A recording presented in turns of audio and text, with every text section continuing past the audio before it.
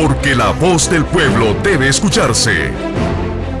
Porque el compromiso es con todos los costarricenses. Rolando González y Carlos Roversi en La Hora que Ortiga. Un programa que saca roncha, crítica, polémica, lo que otros callan.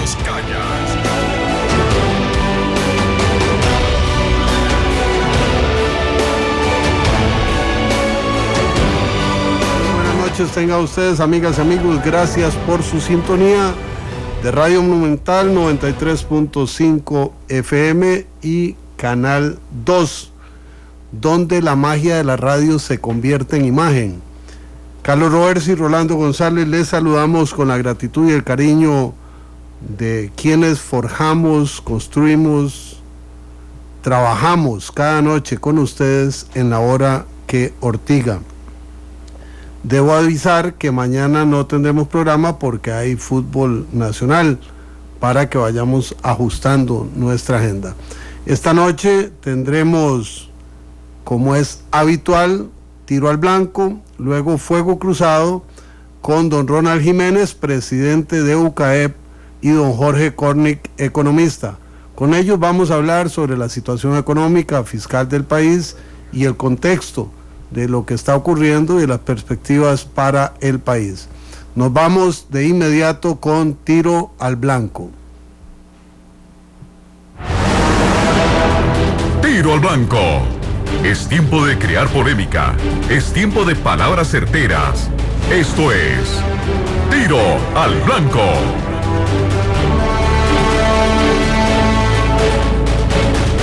Bueno, empezamos con el tema municipal. El día de hoy los alcaldes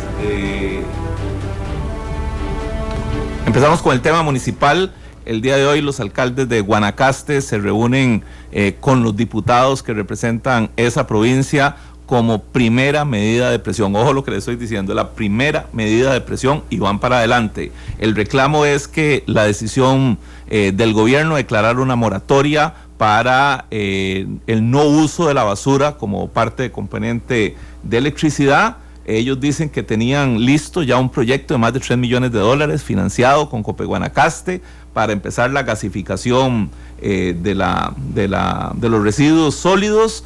Y aquí uno podría decir que la excusa ambiental va a provocar un serio daño ambiental, porque los centros de recolección de basura tienen vida útil hasta el 31 de diciembre en Nicoya y hasta el último día de mayo próximo en Santa Cruz. Así que no solo se está perdiendo plata, sino que además de eso vamos a llegar a un momento de crisis, y el gobierno ha decidido no escuchar a las municipalidades. Y hablando también del tema de las municipalidades, se anuncia más de $587 millones que están parados, que están frenados, que no se pueden ejecutar por trámites burocráticos. O sea que hay un tema que, por cierto, después en nuestra entrevista podemos hablar un poquito con los especialistas que hemos invitado hoy, y sale un índice de cuáles son las municipalidades que están mejor estructuradas administrativamente y cuáles son las que están más débiles. Las mejores son San Carlos, Goicoechea, San Rafael de Heredia, Belén y Heredia, y los más débiles son Peñas Blancas, Lepanto, Cervantos, Tucurrique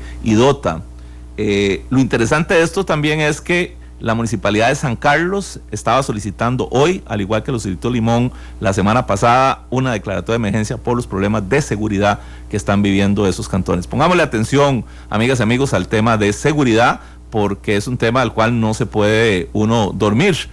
Son temas que uno tiene que tenerlos presente. Bueno, en otro orden de cosas, también la Comisión de Asuntos Sociales aprobó un proyecto de ley que se las trae, ¿verdad? Y es darle un tratamiento diferenciado a los periodistas en el Código de Trabajo. Vea que habla un periodista, pero que tengo muchas reservas de ese proyecto de ley. Es un poco hablar de la cláusula de conciencia, pero más que hablar de la cláusula de conciencia es darle, digamos, privilegios o poderes extra a los periodistas, incluso por encima de cualquier otro profesional. Primero, me parece que es inconstitucional ese proyecto de ley, pero además es muy peligroso porque nos podría llevar a situaciones realmente difíciles.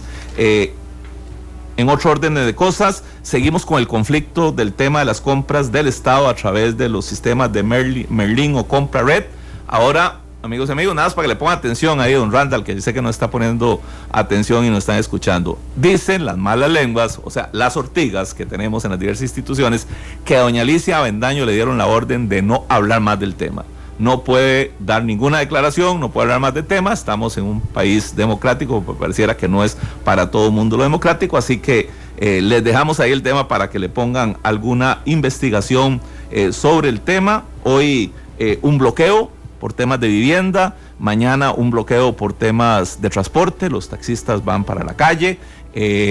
Ya tenemos como 6 o 7 movimientos sociales. El presidente de la República dice: a mí me parece una barbaridad que la gente salga a la calle por cualquier cosa. Tiene razón el presidente de la República. No es la forma democrática o la forma de discutir, pero lo que sentimos es que hay un vacío en el país y la gente está manifestándose. Ya en el gobierno pasado fue el momento de la mayor cantidad de manifestaciones sociales por cualquier cosa. Ya no son los movimientos de huelga, no son los movimientos que se dan antes, sino que la gente se manifiesta en las calles, bloquea, afecta, digamos, la movilización de las personas que no tienen nada que ver con los casos, simple y llanamente porque tienen que defender sus intereses. Por supuesto que el derecho a la defensa de intereses está ahí, pero no debería ser el mecanismo que se plantee. Bueno, hoy Radio Monumental dio una exclusiva. Doña Margarita Penón es la 6ª baja del gobierno en 120 días. Recordémonos que ya se habían ido varias personas, varios funcionarios, una expresidenta del INA, una viceministra del Ministerio de Obras Públicas y Transportes, el director del programa de la Juventud, y se habían ido algunos otros funcionarios, no me acuerdo en este momento cuáles eran el resto, pero este es el 6º renuncia y ahora hay que empezar a decir qué es lo que nos están diciendo los ortigosos de diversos lados de por qué el movimiento. No porque las razones de doña Margarita serán personales, pero eso le ha servido un movimiento a don Luis Guillermo que pareciera va a ser en los próximos días, donde don Melvin Jiménez se anuncia que podría ser el nuevo presidente del Banco Centroamericano, resuelve su problema en el Ministerio de la Presidencia y se habla de 2 nombres muy fuertes. Se habla del nombre de don Alberto Cortés, politólogo de la Universidad de Costa Rica, y se habla de don Sergio Alfaro, quien es actualmente presidente del Instituto Nacional de Seguros. Igual en órdenes de lo que sucedió el día de hoy, se rompe las conversaciones entre el gobierno de la República y el sector de turismo. Ahí hay una discusión sobre el 13% de impuestos que ha establecido el gobierno. El sector turismo dice: estamos en una crisis. Creo que todos conocemos la crisis que tiene el sector turismo. El presidente había abierto una mesa de diálogo, pero pareciera que hoy se cayó esa mesa de diálogo porque el gobierno decidió no convocarlos o desconvocarlos, lo que tiene muy molesto a los empresarios. Así que vamos a esperar qué sucede en ese sentido. Por supuesto que la noticia del día de hoy fue la actitud complicada de doña Nidia Jiménez en la Asamblea Legislativa. Yo diría que se la voló doña Nidia Jiménez, generó un conflicto innecesario en la Asamblea Legislativa. Venía un debate reglado, respetuoso, duro. Oímos a don Otón Solís con una actitud dura, una posición fuerte pero muy respetuosa, pero doña Nidia acusó a todo mundo de todo, trata de blancas, que por cierto, a doña Nidia, nada más, si nos está escuchando, alguien nos está escuchando, ya el concepto de trata blanca no existe, pues es un concepto absolutamente racista. Ahora se habla de trata de personas porque puede haber trata de negras, trata de chinos, trata de blancas, trata de niños, etcétera, entonces es un concepto mal utilizado, pero lo cierto es que ella provocó un fuerte enfrentamiento en la Asamblea Legislativa que puede tener repercusiones importantes en los próximos días. También, nada más para que lo tengan ahí presente, por algún lado el ministro de Economía anda de viaje en un seminario internacional financiado por la fundación, aquí viene la fundación Friedrich Ebert, que pareciera que está financiando varios viajes de los ministros. Nada más lo dejo ahí como un tema para mantener la discusión y para tratar de ver qué se da. El presidente del PAC dice que en su partido nadie orina agua bendita. Pareciera que este va a ser el gobierno de los conceptos, ¿verdad? Eso me llama la atención. No es lo mismo verla venir que bailar con ella, ahora que en el partido nadie orina agua bendita, como argumentando que son seres humanos como son todos, como todos tienen defectos, y ha habido un montón de conceptos que en estos días se han lanzado, Rolando. Muy bien, así estamos calentando motores con Tiro al Blanco. Usted nos puede acompañar por el 905-222-0000 o por la Ortiga CR en Twitter o la Hora que Ortiga en Facebook. Mientras tanto, dice don Juan Vicente Segura: don Rolando, muy bien, no se dejen canallar por esos insolentes. Dice don Chico Fonseca: lo de hoy en el plenario es más que un infortunio, ya es hora que la gente valore lo que dice. Dice don Walter Mora: qué tirada con esta asamblea, solo chusmas pelean y nada de brete. A los filibusteros donde están en el Partido Liberación Nacional. Así es que aquí llueve tieso y parejo. 905-222-0000, la Ortiga CR en Twitter, la Hora que Ortiga en Facebook. Buenas noches, ¿quién nos habla? Buenas noches, don Rolando. Gusto de escucharle nuevamente en este programa. Le habla Belcebí Azorreifa. ¿Cómo le va? Mucho gusto. Gracias, don. Volvemos a encontrarnos. Qué bueno, qué bueno. Adelante, por favor. Don Rolando, vieras que es un temita que va dirigido una parte a usted, que me lastimó mucho a mí porque me hicieron mucho daño en el IDA, ahora INDER, ¿verdad? Porque adelante. En su estadía ahí se le cambió el nombre. ¿Por qué a Liberación y a la Unidad le ha costado tantísimo sacar la corrupción, la gente corrupta de los dos partidos? Yo personalmente fui dirigente del Partido de Liberación 40 años, desde que tuve me entregaron la primera cédula. En la última campaña me decidí votar por el PAC, porque yo digo que gracias y bendiciones que Dios nos dio la oportunidad de hacer el cambio. Don Rolando, al líder se le cambió el nombre por el INDER, pero funcionarios como Carlos García y Julio Sánchez Carvajal, ¿por qué usted los dejó ahí? Muchas gracias por su llamada. Tiro al Blanco se caracteriza porque los temas son concretos y directos. El que plantea don Belcebí tiene un precedente de un largo proceso judicial. Una de las dos personas mencionadas ya no trabaja en el INDER, la otra todavía trabaja ahí. Y sobre el combate a la corrupción, yo le voy a decir algo con lo que me juego el físico para el futuro.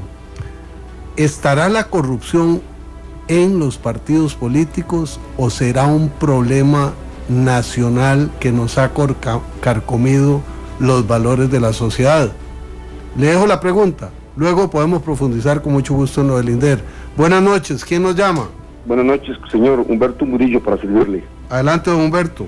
Yo hace días estoy pasando una pregunta porque tal vez mi capacidad comercial o financiera no es muy amplia. Le hago una pregunta a usted que yo creo que usted siempre la puede contestar. ¿Por qué el gobierno, para solayar el problema de los dólares, de la dolarización que está tan elevada, por qué el gobierno no elimina el factor cambiario y el dólar se compra y se vende exactamente la misma cantidad? Eso regularía el comercio y regularía el chorizo que se hace tan descarado en contra del pueblo.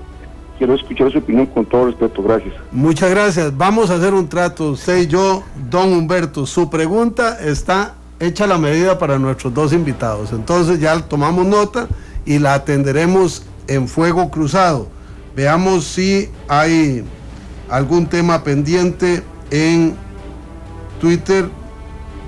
De momento estamos tranquilos en base. Bueno, Sonia Sajifeifa nos dice: hoy sí están ortigosos. Melvin, para el BCE, no, esa es la información que nos están dando. Vamos a ver, no lo tenemos oficializado ni nada más para poner atención. Lo que sabemos es que doña Margarita Cantó Viajera, que es el sexto persona que se va de este gobierno en 120 días, y de que se está pensando en un acomodo interno que le resuelva problemas al señor presidente que tiene en este momento. Vamos a un corte cerramos Tiro al Blanco y volvemos con Fuego Cruzado. Esto fue Tiro al Blanco, donde decimos las verdades que incomodan a muchos.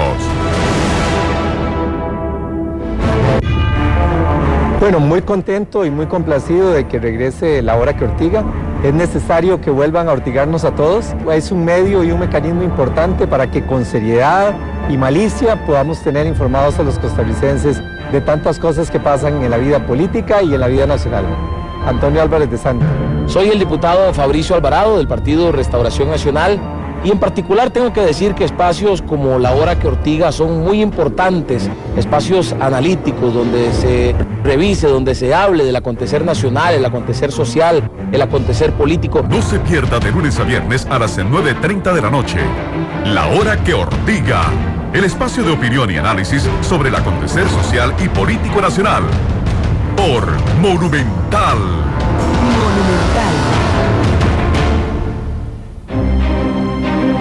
Fuego Cruzado. La entrevista con la opinión.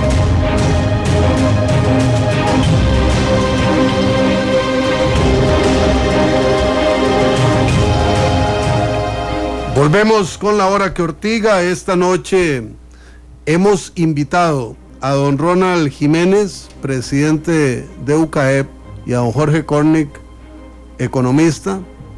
Con ellos queremos abordar un tema fácil.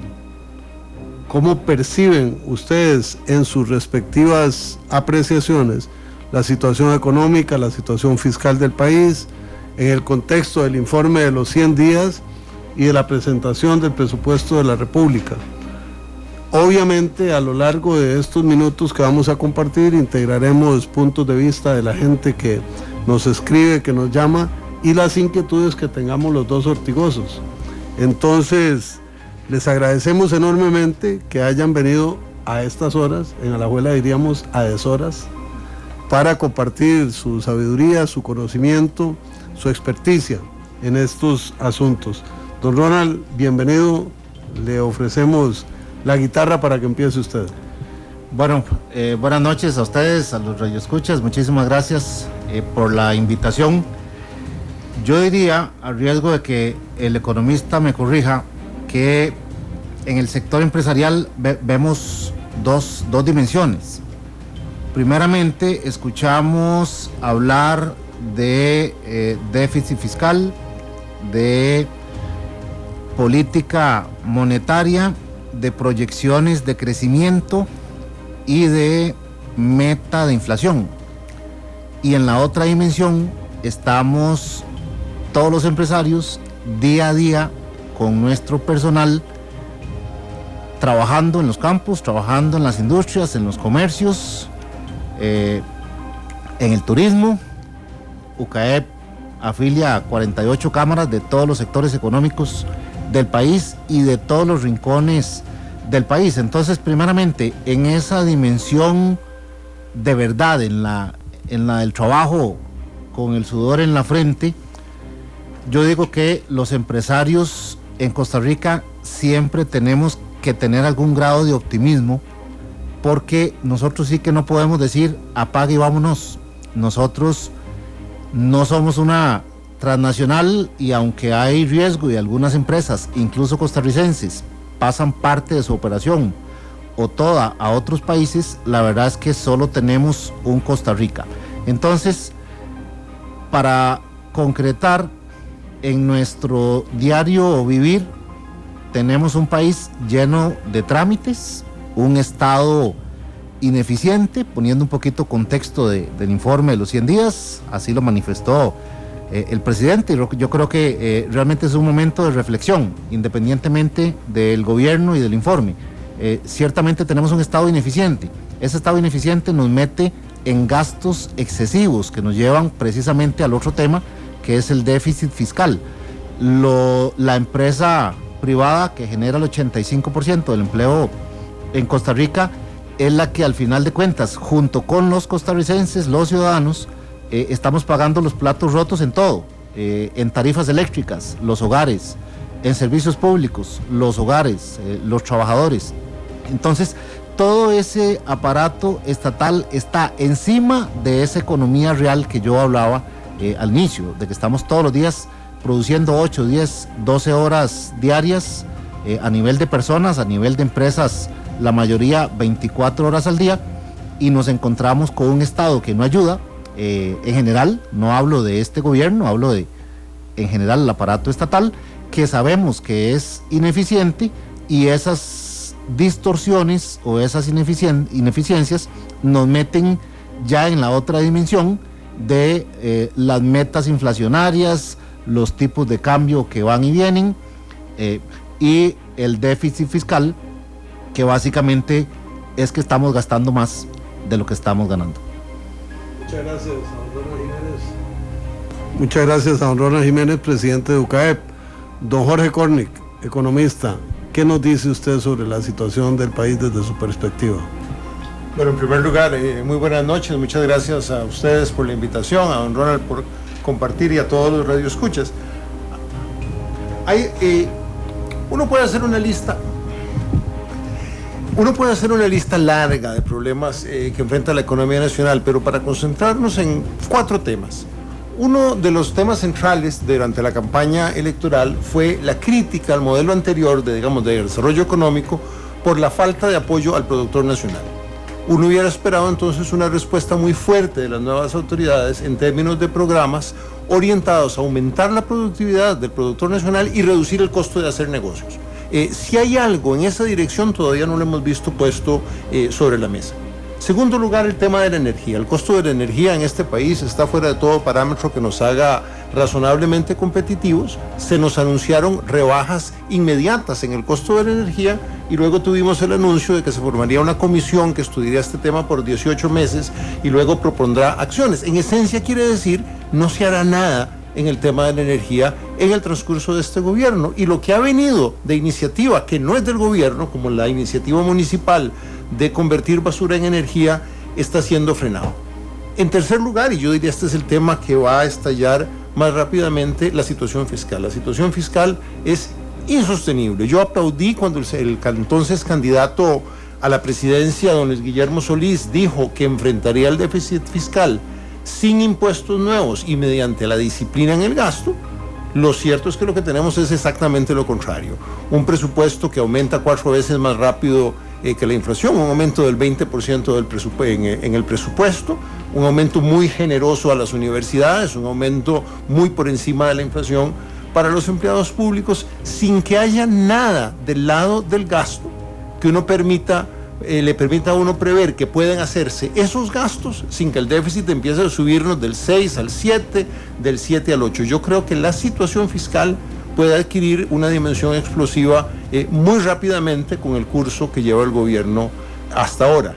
Y el cuarto tema, que lo podemos ver después, es la ruptura o la ausencia de diálogo con el sector empresarial y con el resto de la sociedad que permita a un gobierno débil y con una fracción legislativa pequeña encontrar caminos de salida. Sin ese diálogo va a ser muy difícil y no estamos viéndolo ni con el resto de los actores políticos ni con el sector privado.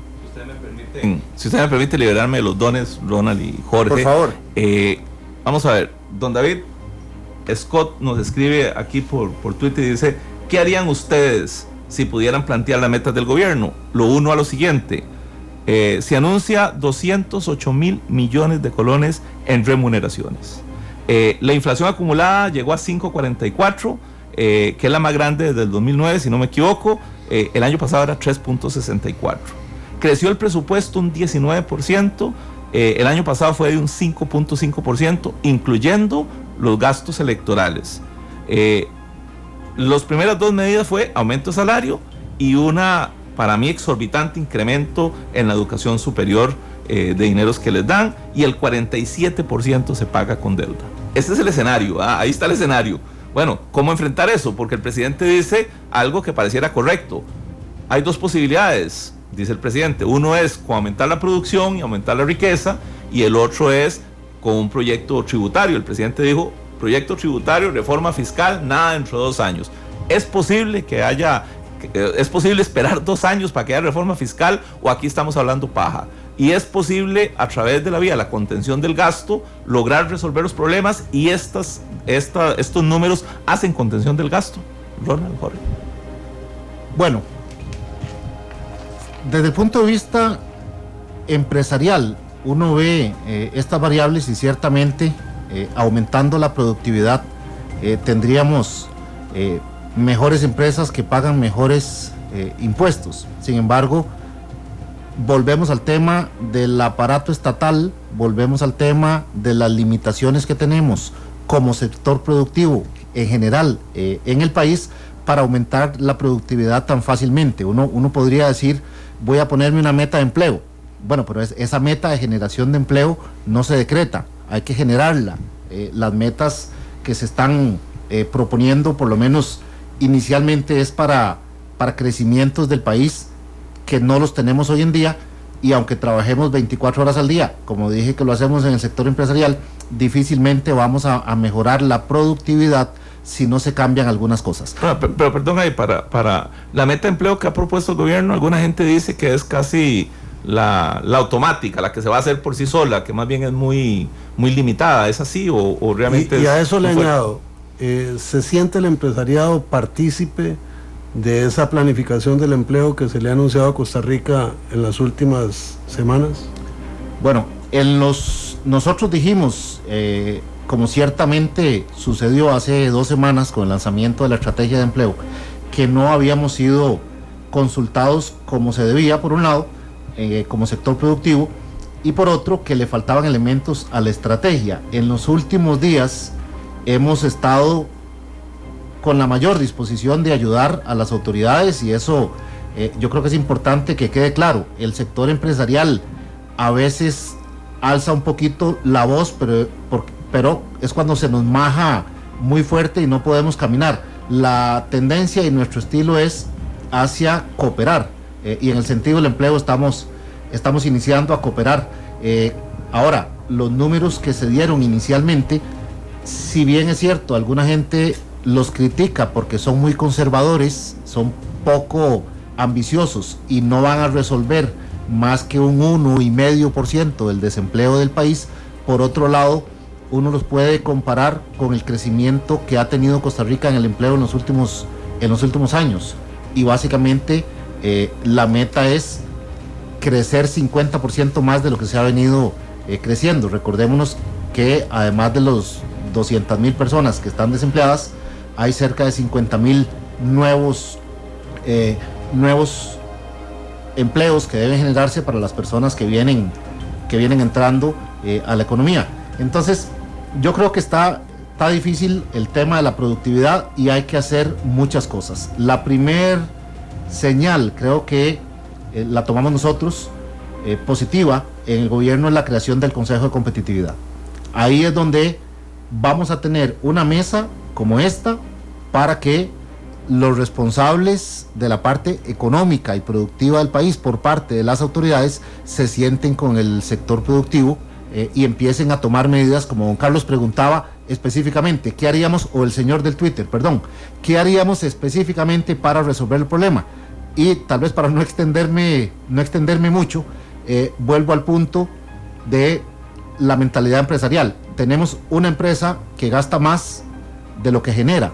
Entonces, por un lado podemos tratar de gastar menos, por otro lado podemos tratar de ganar más, pero aquí hay un tema de eficiencia, que en las empresas a veces tenemos que aplicar el bisturí y le llamamos reingeniería, y es cuando la empresa cumplió un ciclo y hay que cambiarla, y si no se cambia, vamos a poder tomar medidas paliativas para aumentar ingresos o para disminuir gastos, pero ciertamente yo creo que debemos pensar en que el aparato estatal de Costa Rica, a como lo hemos conocido hasta hoy, cumplió un ciclo. Encontramos un punto de coincidencia ya entre el empresario y el economista.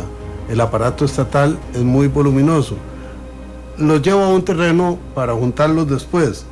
Se ha mencionado el problema del déficit, el problema de la inflación, y he oído en la presentación del ministro de Hacienda del proyecto de presupuesto que le van a apostar a inversión pública. Ese es un lenguaje en el que Costa Rica ha estado contenido desde hace tiempo y que quedó cimentado en la última administración de cara a megaproyectos. Moín, Ruta 32, San José San Ramón, Barranca Liberia, para verlo integralmente, y el tema aeroportuario. Efectivamente, perciben ustedes, empezando por don Jorge Cornick, que haya una apuesta en ese sentido y que pudiera ser un mecanismo de solución con una observación metodológica. Oída esta respuesta, reabrimos línea e integramos ya lo que hay en redes sociales para comenzar la interacción de las y los ortigas que nos escuchan fuera de acá.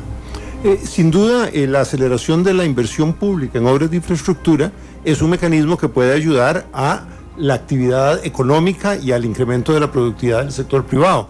Lo que no ayuda es a reducir el déficit fiscal, lo que hace es incrementarlo, sin la menor duda, de manera que si usted quiere gastar más sin haber tomado ninguna otra medida para cortar por otro lado o para tener más ingresos, la situación se va a complicar.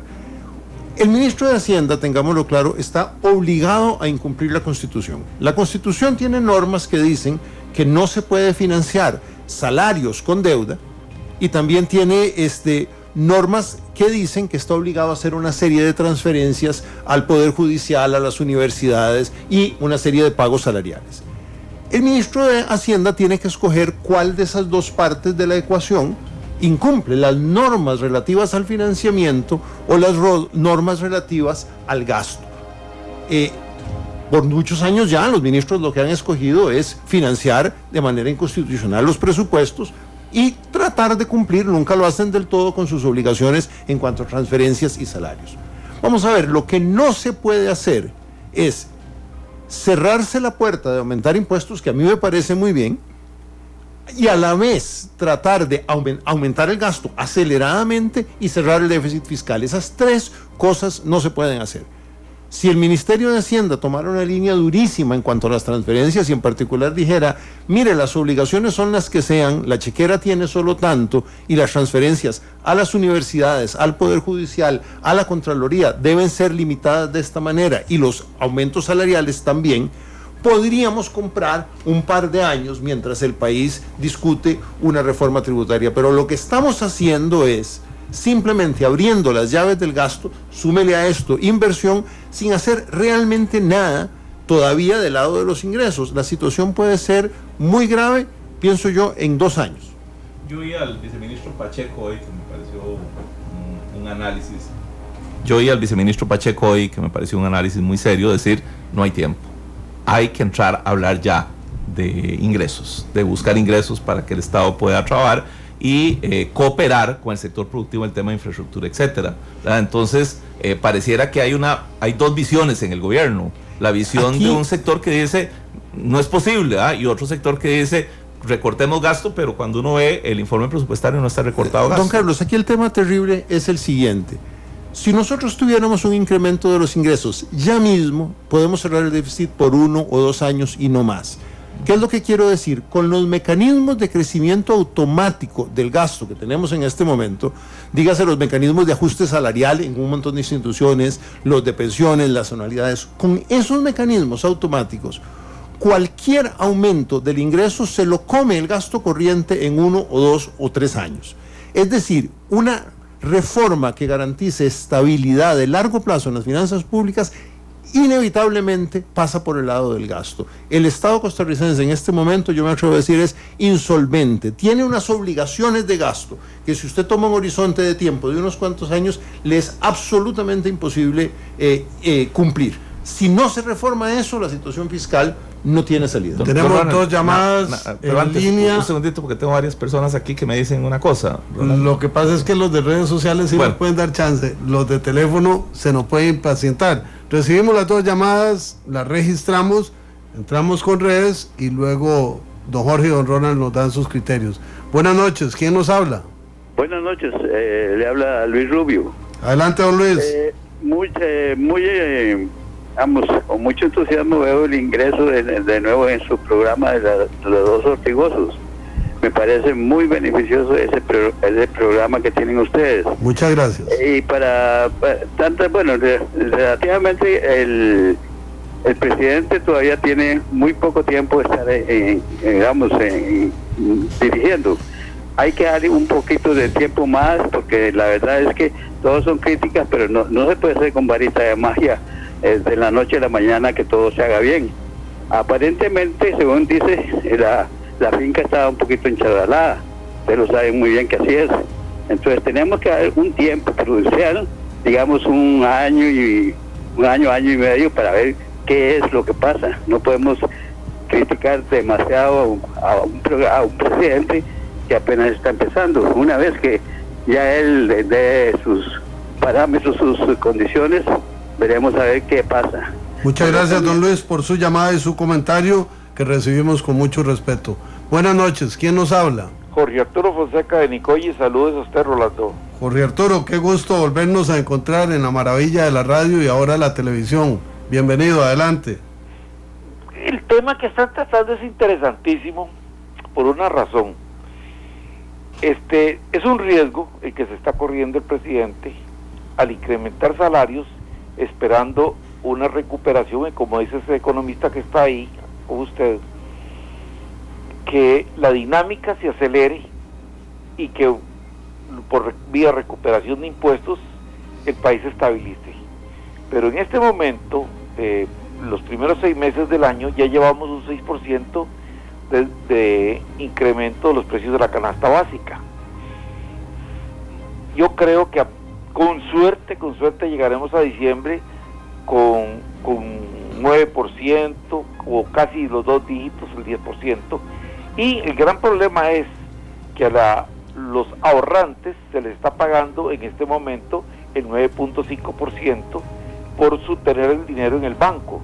O quiere decir que después de un año van a quedar tablas, no van a recibir absolutamente nada teóricamente, aunque yo parto del principio que el dinero es papel pintado, pero el buen uso del dinero, como somos una economía abierta, nos puede salir la venada careta, porque puede haber un proceso de inflación enorme y no se puede controlar fácilmente. Muchas gracias, don Jorge Arturo, por su intervención. Pasamos de inmediato a redes sociales, donde Carlos tiene algunos criterios que vamos a compartir con nuestros invitados. Primero nos dicen que le recordemos a don Ronald que ya el Consejo de Competitividad existía en la administración anterior, y que habían hecho un montón de cosas, pero en la teoría, porque en la práctica como que este país tiene un problema que uno tendría que decir que no es de los políticos, es un problema que, como decía Jorge, estructural. O sea, hay proyectos lindísimos en materia de infraestructura, APM Terminal para abrir los muelles, Ruta 32 para acelerar eso, hacer incluso una especie de canal seco, de buscar que el sector productivo tenga más facilidades, pero no se puede, hay un entrabamiento, y frente a ese entrabamiento también hay una decisión política muy seria que tomar, es si podemos seguir en esta misma línea que hay o tenemos que cambiar. Bueno, tal vez para empezar por esa última pregunta, que sí es directo y sí me ortiga, dirían ustedes. Ah, qué bien, ya empezamos a disfrutar. Exacto, sí, aquí empezamos. Bueno, ciertamente el gobierno anterior, la administración anterior, hizo un consejo presidencial de competitividad e innovación. Lo primero que tengo que decir es que dicho consejo estaba compuesto por casi todo el gabinete, más algunos presidentes de instituciones autónomas, y no había absolutamente nadie del sector empresarial. Y así fue el Consejo de Competitividad, sin los que competimos. Así funcionó los primeros 2 años. Al cabo de esos primeros 2 años, nos invitaron ya, por fin, para que 2 representantes de UCAEP estuvieran en el Consejo. Y lo agradecemos, y no quiero sonar malagradecido. Sin embargo, la estructura misma y el concepto mismo de ese Consejo, de tener prácticamente que un gabinete ampliado de más de 30 personas y 2 personas del sector privado opinando, lo que nos generaba eran muchas actas, mucho texto de control de acuerdo, mucho diagnóstico, y solo para dar un ejemplo, se habló de energía los 4 años. ¿Qué sucedió?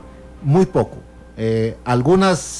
Algunos avances en tramitología, por ahí Gobierno Digital ayudó en Ministerio de Salud, en el Ministerio de Economía también hicieron algo, pero realmente, vuelvo a decir, esas actividades que se hacían básicamente eran paliativos muy, muy puntuales y no existía, como esperamos que esta vez si se haga bien el Consejo, un concepto de planificación y una disposición de hacer esa reingeniería que ocupamos, porque si no, lo que estamos haciendo, y estoy de acuerdo con Jorge, es ganar tiempo.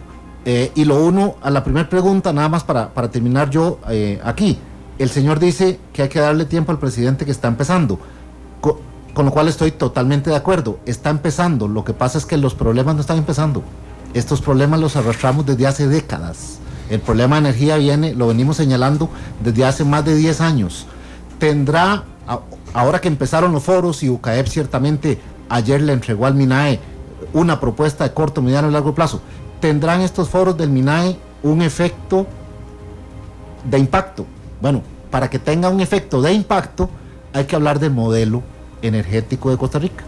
Pero una pregunta, ¿pero se puede hacer algo? Es que cuando uno dice que el proyecto de Iquis, para hablar de una cosa, tiene, no sé, 10 años y no hay forma ni siquiera que se pongan de acuerdo los grupos indígenas, los blancos de la zona, las instituciones del Estado, pareciera que ya no es ni siquiera cosa de los gobernantes, es una cosa que se le escapó de las manos. Bueno, esa pregunta me gusta más todavía, porque vamos tratando de concretar. ¿Se puede hacer algo? Por supuesto que se puede hacer algo, no podemos pensar que no se puede, porque ¿qué hacemos? ¿Nos vamos a Panamá o nos vamos a Nicaragua? No, tiene que poderse hacer algo. Ahora, y esto es para todos los costarricenses, si seguimos discutiendo en mesas como estas, unos defendiendo una ideología, otros defendiendo intereses, incluyo a todo el país, no vamos a llegar a una solución. Si necesitamos un replanteamiento del aparato estatal, si en el tema de energía necesitamos un cambio de modelo y la discusión va a ser con una institución en el centro, en lugar de poner en el centro al consumidor, en lugar de poner en el centro al hogar costarricense o a la empresa costarricense, no se va a poder hacer nada. Entonces, ¿podemos hacer algo? Sí, pero los que se tienen que sentar en la mesa deben llegar con mente abierta y dejando sus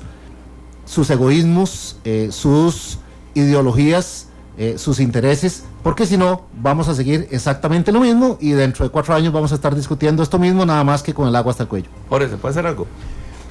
Vamos a ver, hay cosas en inversión que se van a poder hacer porque llevan años de trámite, pero lo que está claro es que el país no puede mantener ese ritmo en la ejecución de obra pública y de otros proyectos. Yo creo que tenemos suficientes años de que avanza lenta la obra pública, a pesar de contar con literalmente miles de millones de dólares para financiarla, para tener que concluir que no se trata de un problema de ineptitud o incapacidad gerencial aislada, sino un problema de un sistema que está mal diseñado. El sistema de controles está lleno de puntos de freno. El que dice no siga adelante nunca paga ninguna penalidad. El que trata de hacer algo sí la paga. Acabamos de ver 22 contratos de mantenimiento de obra pública suspendidos por errores formales. No le pasa nada al funcionario que dice faltó una estampilla, le pasa a las calles. Tenemos que darle realmente un vuelco al sistema de la gestión de obra pública. Aquí no hay evaluación de resultados y hay frenos por formalidades. Todo el control es formal. Si a eso no le damos vuelta y usamos mecanismos más flexibles, va a ser muy difícil avanzar. Lo interesante es que tenemos modelos en el Estado de instituciones con reglas ligeramente diferentes que funcionan mucho mejor. En particular, Comex, Procomer son dos instituciones que funcionan mucho mejor, son instituciones que aplican los principios generales de la contratación administrativa del sector público, pero tienen un poquito más de flexibilidad, un poquito más de foco en resultados en vez de en formalidades y tienen resultados distintos. Cambiar el foco a resultados y evaluación de resultados es una cosa indispensable. Estamos en la hora que Ortiga, vamos a ir a una pausa. No dejo de mencionar que nos dice don Esteban Cerdas, si bien es cierto la finca está encharralada, pero estará la finca tan encharralada para que se pueda hacer algo. Y Texoxe Metzli dice, sí, los problemas no son de hace 100 días, son de hace 10 años, cuando el PAC no gobernaba sino Liberación Nacional. Eso Onalos, ¿cuál situación económica? Si desde hace más de 30 años estamos en crisis con los paquetes fiscales aprobados por la Asamblea y no se ha resuelto el problema. ¿Cómo faltan líderes empresariales y sindicales como en épocas anteriores? José Ángel Gómez, lo felicito por volver al mundo político que caracteriza a los Ortigas. Soy fiel seguidor desde siempre. Éxitos y bendiciones desde Santa Cruz y a oscuras porque no hay luz. Vamos a una pausa y ya regresamos.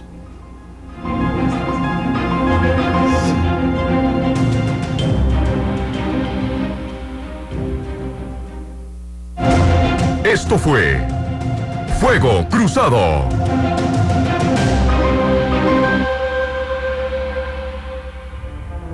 Bueno, muy contento y muy complacido de que regrese la hora que Ortiga. Es necesario que vuelvan a ortigarnos a todos. Es un medio y un mecanismo importante para que con seriedad y malicia podamos tener informados a los costarricenses de tantas cosas que pasan en la vida política y en la vida nacional. Antonio Álvarez de Santa. Soy el diputado Fabricio Alvarado del Partido Restauración Nacional y en particular tengo que decir que espacios como la hora que Ortiga son muy importantes, espacios analíticos donde se revise, donde se hable del acontecer nacional, el acontecer social, el acontecer político. No se pierda de lunes a viernes a las 9:30 de la noche. La hora que Ortiga, el espacio de opinión y análisis sobre el acontecer social y político nacional. Por Monumental.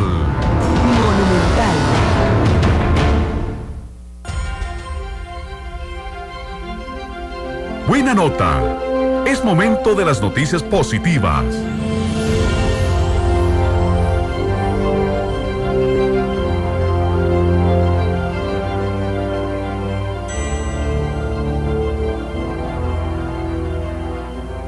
Volvemos, amigas y amigos, con la hora que Ortiga. Esta noche nos acompañan el empresario Ronald Jiménez, presidente de UCAEP, y el economista Jorge Cornick.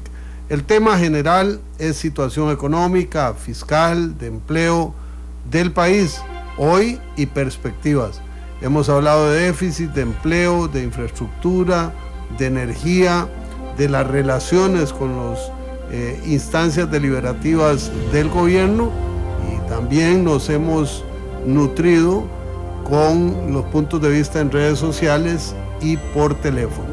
Aquí nos preguntan para los compañeros, aquí nos preguntan primero, ¿por qué es tan difícil hablar de aumentar la generación privada de electricidad? O sea, ¿cuál es la razón? O sea, ¿cuál es la mentalidad que tiene la gente para evitar ese aumento?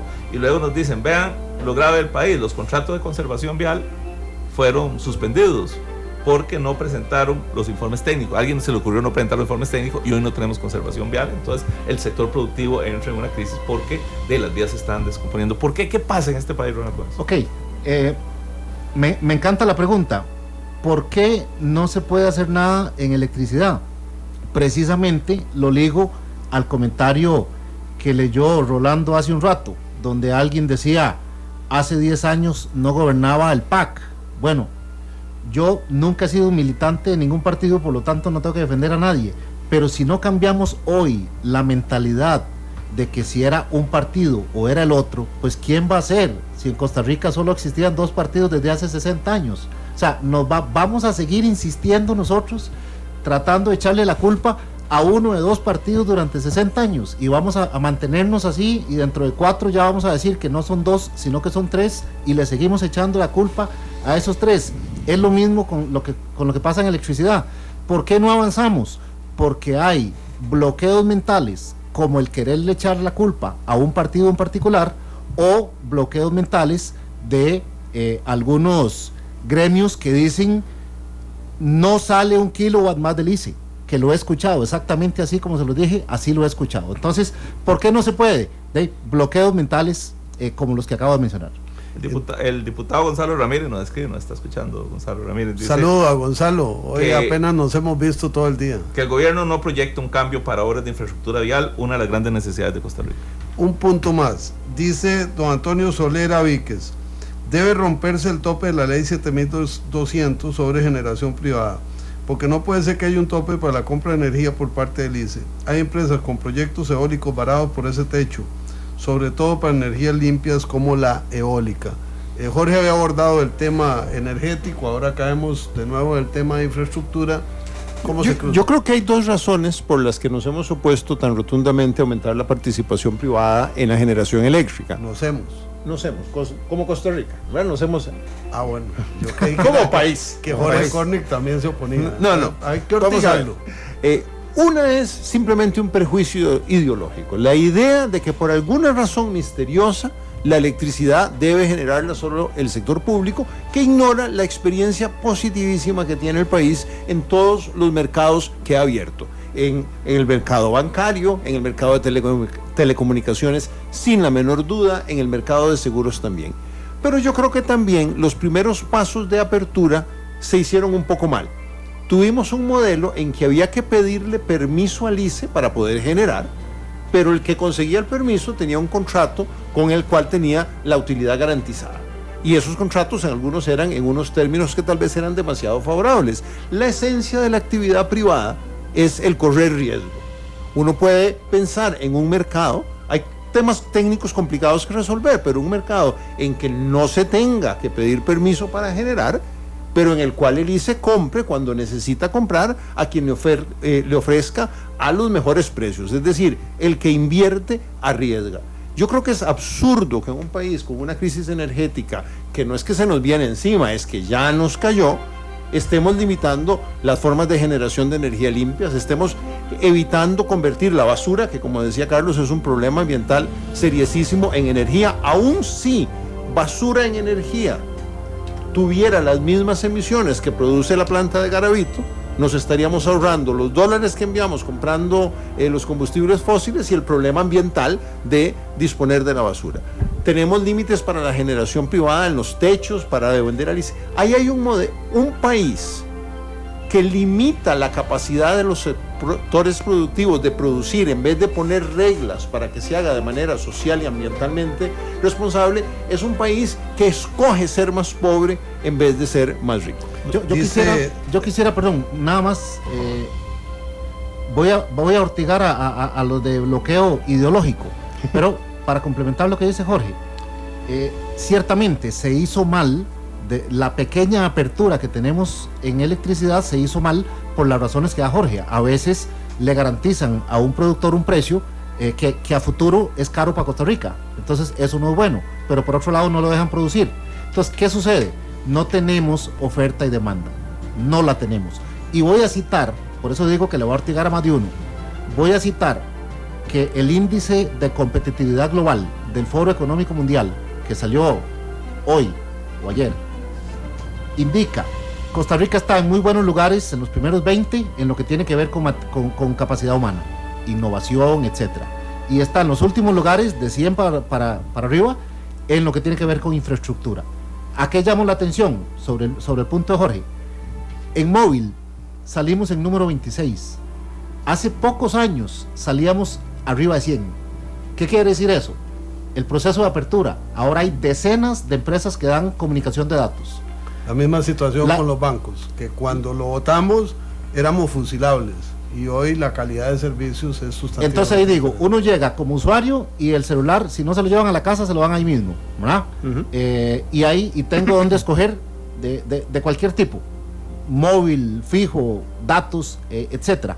Entonces, si pasamos de un lugar 100 y pico a un lugar número 26 en apenas 6, 7 años, número uno, sí se puede.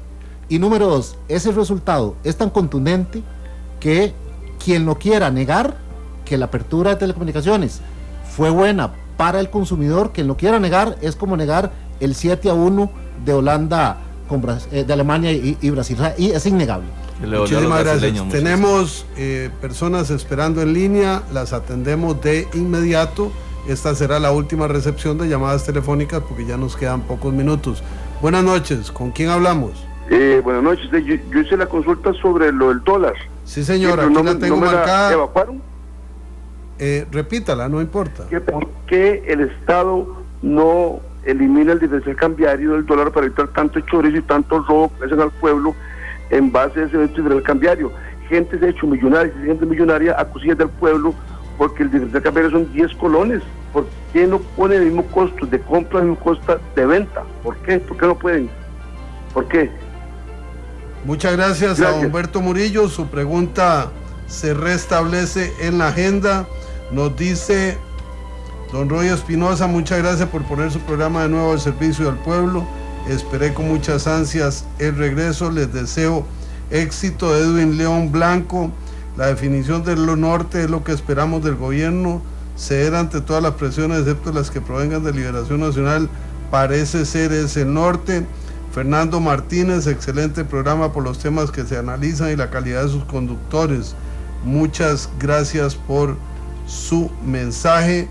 Y un saludo que nos llegó ayer también del exdiputado Jorge Gamboa desde el sur profundo de Costa Rica. Un gran saludo, estamos a la orden. Nos quedan muy pocos minutos. Viera que en las redes sociales el tema se fue al tema energético, eléctrico, ¿verdad? Que hay un montón de preguntas y un montón de opiniones. Pero bueno, nos quedan pocos minutos, Jorge y Ronald. Tal vez para que nos concluya, primero nos hablen del diferencial cambiario muy levemente y nos concluyan esto. ¿Hacia dónde vamos? ¿Cuál debería ser los mecanismos de corto plazo que este gobierno o que el país, porque yo creo que no es un problema del gobierno, creo que es un problema del país, tenga que aplicar? Diferencial cambiario, para ser muy breve y muy tajante. Comprar y vender dólares implica costos para un banco. Hay personal, hay instalaciones, hay movilización de dinero. Si usted obligara a los bancos a comprar y vender dólares al mismo precio, lo que pasaría es que ningún banco ofrecería el sistema, ofrecería cambio de moneda, si nos quedaríamos con una moneda incambiable. Simplemente no es viable. Para cerrar en una nota positiva, yo creo que tienen razón los radioescuchas que nos han dicho en 100 días no se puede esperar mucho, pero hay una cosa que se puede esperar, no es resultados, sino que es el señalamiento de una dirección. Yo creo que eso hasta ahora está ausente, que el informe de los 100 días no señala una dirección, hace una serie de denuncias, unas más serias y otras menos, pero no lo señala. Yo voy a celebrar lo que Ronald nos compartía, que es la reinstauración de una versión, ojalá mejorada, del Consejo de Competitividad. Si algo tiene el país derecho a pedirle al presidente, hoy, no mañana, es que señale con claridad la dirección en la que va a llevar el país en estos años. Nos dice... perdón. No, que nos queda un minuto. Nos queda un minuto, don Ronald. Para un cierre. Ok, un cierre, y me disculpan si no les hablo a ustedes, sino a todos los radioescuchas. Por favor. Costa Rica necesita avanzar, tenemos que ser positivos. Lo peor que nos puede pasar a todos los costarricenses es que a este gobierno le vaya mal. Así es. Entonces dejemos de hablar de hace 10 años, o hace 15, o hace 60, yo insisto en eso, y pongámonos todos a trabajar con mente abierta por el bien del país. ¿Pero por dónde empezamos, don Ronald? Bueno, ¿Cuál es el tema? O sea, usted puede sentarse en este momento con el presidente de la República, nos debe estar escuchando la gente de Casa Presidencial. ¿Con qué tema empezamos? Empleo. Fundamental. No hay nada más grosero que la gente no tenga empleo. Si yo gano menos, me acomodo en la familia. Y todos nos acomodamos y ganamos menos. ¿Cómo generamos empleo? Productividad. Creo que Carlos ahí está provocando otro programa. Muchas gracias, don Ronald. Muchas gracias, don Jorge. Gracias a ustedes. Con gusto. Ayer se cumplieron 75 años de que el mundo empezó a vivir la Segunda Guerra Mundial. Cómo pasa el tiempo, cómo pasan las huellas, y ustedes han mencionado temas que lo refieren a uno instantáneamente, a la reconstrucción de Alemania y la reconstrucción de Japón, y pudieron hacerlo. Hoy nosotros tenemos el reto, indistintamente de cuál sea su perspectiva política, de seguir un camino de desarrollo y de equidad y de beneficio colectivo. Agradezco muchísimo en nombre de Carlos y mío a cada una de las personas que nos ha sintonizado, que nos ha acompañado, a Cristian Aguilera, a Mayra Alfaro, a Rodolfo Chacón, a Marcos Ramírez y a Eric Sojo, que hoy nos ha dado una manita acá en cabina con redes, a Rigoberto González, que también lo está haciendo desde su hogar. Confieso que cerramos el segundo programa con un sabor a mejor, impresionado del crecimiento en la participación de la gente. Mañana no hay programa, pasado mañana el programa de La Hora que Ortiga será con la jefa de fracción del PAC, doña Emilia Molina. Vamos a analizar la situación política en la perspectiva de su partido. Y el viernes tendremos a don Albino Vargas para hablar de la situación social y de los trabajadores y trabajadoras del país. Así es que vamos repartiendo las posibilidades de ortigar y ortigarnos con diferentes corrientes, pensamientos y protagonistas del acontecer nacional. Muchísimas gracias, muy buenas noches. Porque la voz del pueblo debe escucharse. Porque el compromiso es con todos los costarricenses.